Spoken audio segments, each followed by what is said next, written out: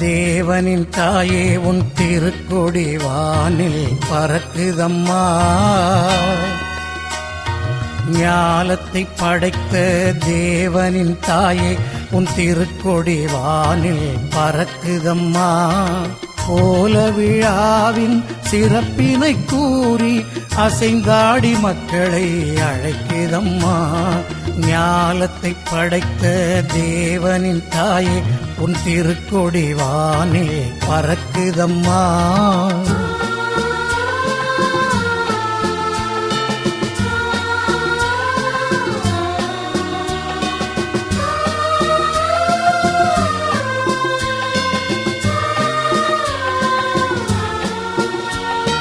தன்னை உலகிற்கு தந்திட்ட தேவனின் தாயே உந்தன் நிழல் தேடி. தன்னை உலகி